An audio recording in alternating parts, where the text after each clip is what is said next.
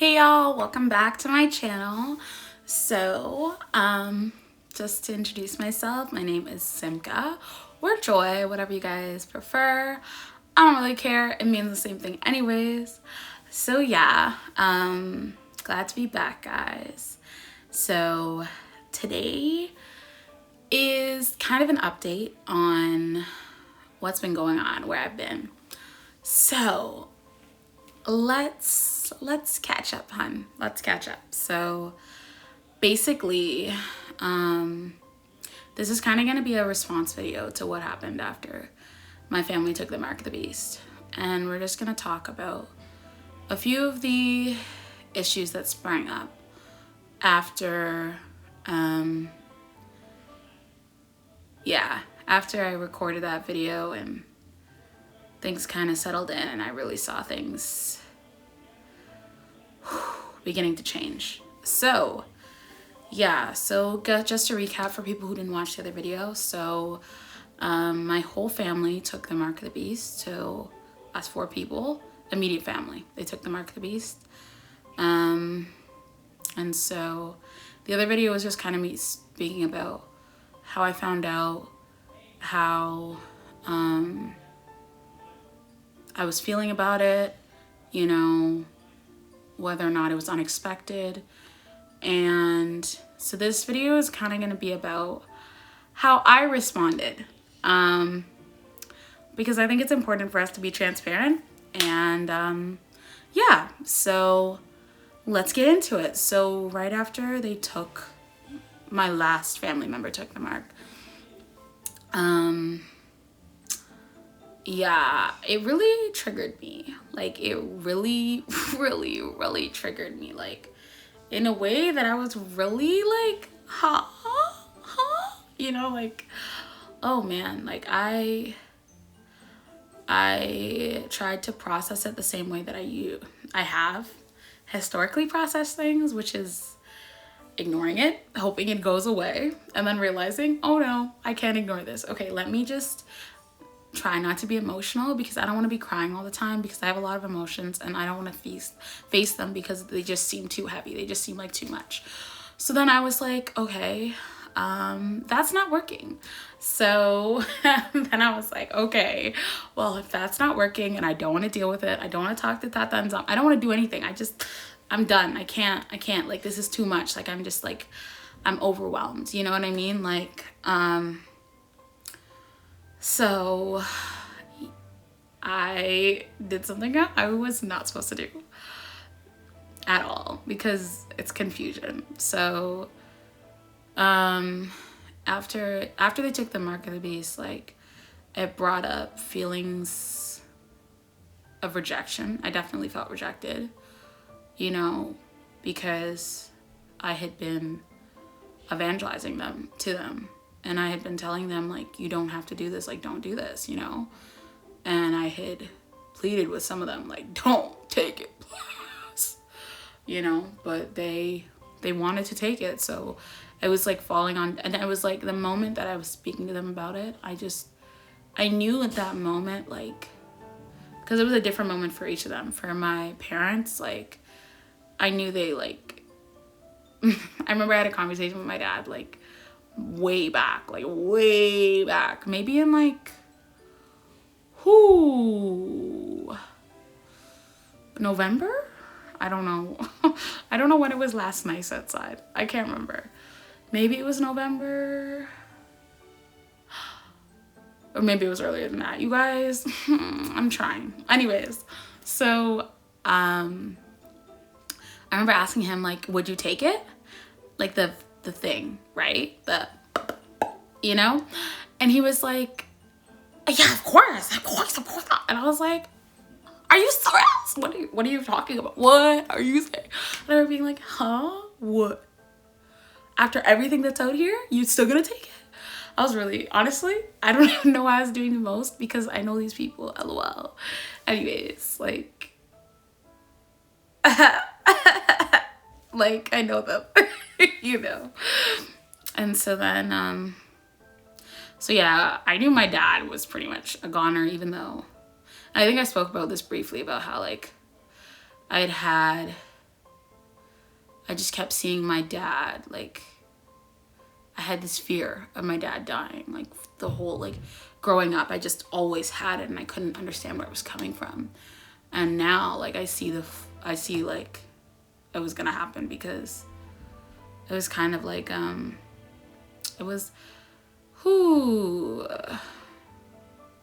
something that had to come to pass, you know? And there was nothing I could do about it. So I wasn't really shocked about him, to be honest, because he was a lot further gone, you know, than my mom was. So when she took it, I was like, no. And then, yeah, like I said this in the last video. I don't know why I'm recapping this. Anyways, so what happened was, yeah, so it brought up feelings of rejection. I definitely felt abandoned, because I was like, bro, like, you guys are leaving me here, like, with nothing. Like, I still had hope, you know, like, and I was angry at Tata and Sambe, because I was like, but I thought I wasn't gonna be the only one. Like, I didn't, like, my heart was so broken, and I was like, bro, like, I felt like I had become an orphan, and in a way I had, you know?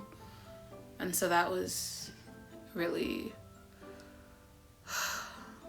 just heavy, you know? And I was super, honestly, I got depressed over it, because I was like, dang, like, I'm really out here with nobody. Like, that's crazy. Like, wow. So, I knew that I couldn't run to porn, because I was like, ew, ghetto, we can't do that here. No way. Ew. Anyways. So I was like, okay, what else can I do? So, because I was firmly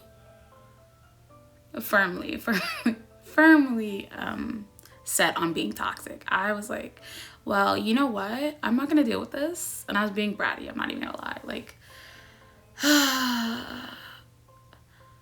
I'm growing, okay? I'm growing, and I did not handle that the way that I should have. I'm just being honest with you guys, because you know what? We all fall short, okay? And I definitely won't do that the next time. Because that was bad. Okay, so I started watching Disney movies, because, like, it was bringing me, like, it was bringing me a false sense of comfort, because I was like, well, I've lost this, so let me try to reclaim parts of my childhood, or let me try to reclaim some of these memories that I had, because, like, everything now is kind of just, like, cut off. So, like, let me just try to go back in the past. But the thing is, you can't run to the past, because the past is gone. Like, you can't salvage that. Like, it is what it, you know what I mean? Like, whatever happened in the past is in the past. And sometimes you just gotta leave it, you know? But I thought, like, I struggled with, like, entertainment in this sense, in that, like, I was very firmly set on being unemotional, which is really toxic, especially for a woman who is sensitive, okay? Anyways, so I was like, okay, let me be, okay, well, I can't make myself be vulnerable enough to just actually sit down and cry, because I don't want to cry. So what I will do is I will binge watch a show, or I'll watch something that, like, has people expressing, like, tears and stuff, and through them I can kind of have, like, a cathartic release, and then I can safely deal with these emotions, you know, cry about them or what they're going through, while also crying about me, without, like, it being too direct or too, like, confrontational. So in a way it felt safe, because it was very, like, boxed in, very private, very isolated. Like, I had this very big thing about being like, I need to isolate myself from this, because this is not me. So that was really really stressful, to, like, constantly be rejecting my own emotions, my own needs, my own chaos, because I just didn't want to identify with it. And the reality is, you have to accept what's going on. You know? So yeah, I went looking for comfort in other places, as if I was gonna get it. like a dummy. Anyways. Oh my gosh, I was being so stupid. Ooh, tatan zambe. I was bad. I was bad. That was really, really, really bad. So then, yeah, so there was that. And I was also eating a lot of jalapeno kettle chips. And that's how I was grieving. And then I went and I fasted. I think I did 2 rounds of like 2 or 3 day fasting. So 1 week and then the next week because, you know, Samba, and then I didn't want to break Samba or Shabbat or, you know. So I was like, oh my gosh. Okay, so let me do 2 days. And then, you know, I was fasting in my church. So there was like, or not church, but assembly or whatever. So, so that helped because like looking back, like it really would have been so much worse if I had continued. Like, honestly, he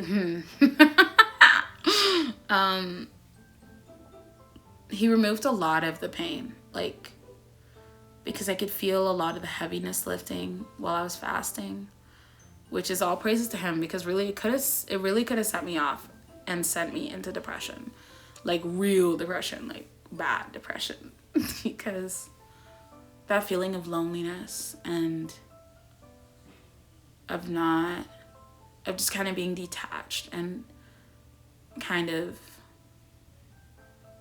being untethered because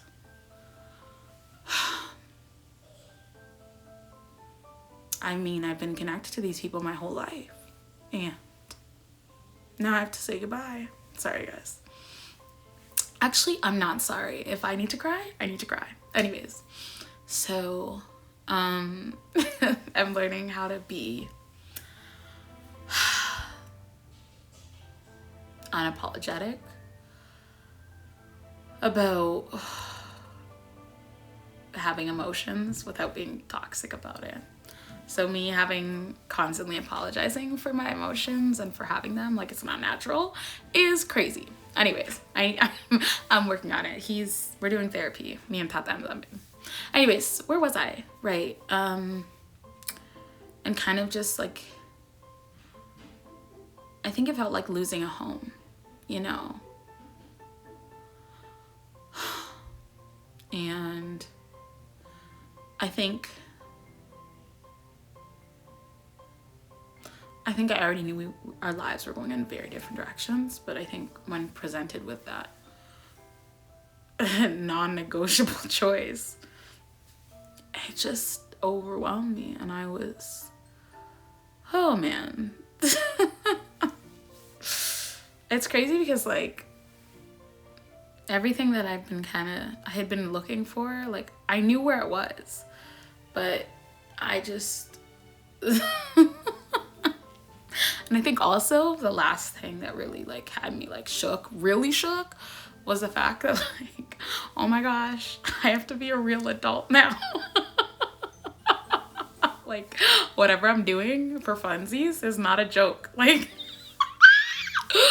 oh my God, I have to really do this. Like, this is not a joke. Like, there is no more safety net. Like, I think he's really been showing me that this year, but with everything, with them especially, I was like, oh, you aren't joking. So yeah, after kind of the second round of fasting, I realized I was being dumb.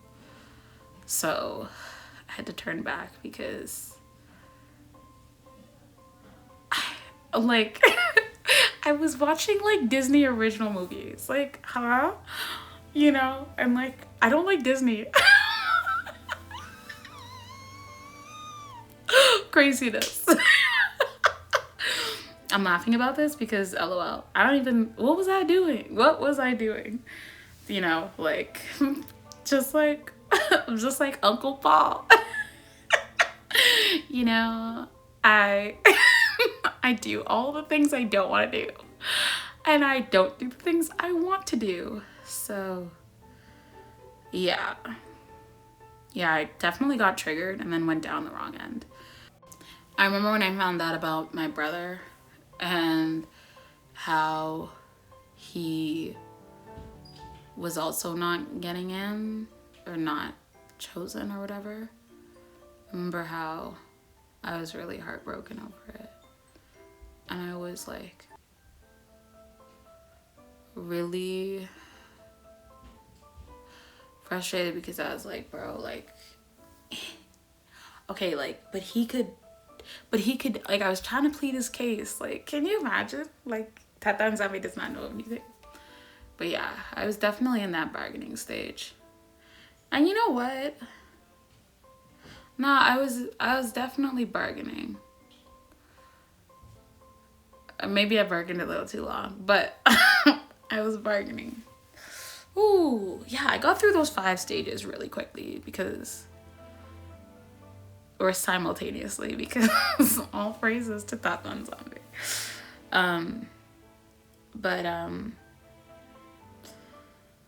Whew.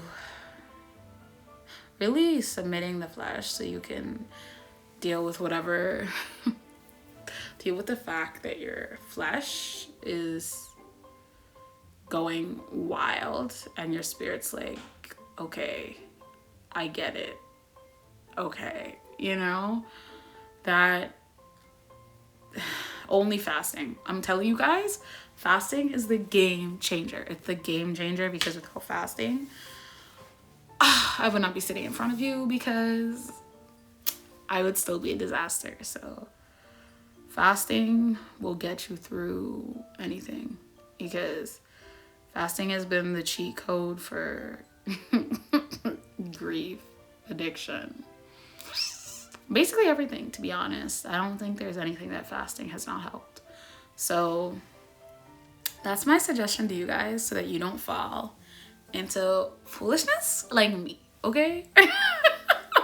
Let's please learn from my mistakes, because they were avoidable. They were very, very, very, very avoidable.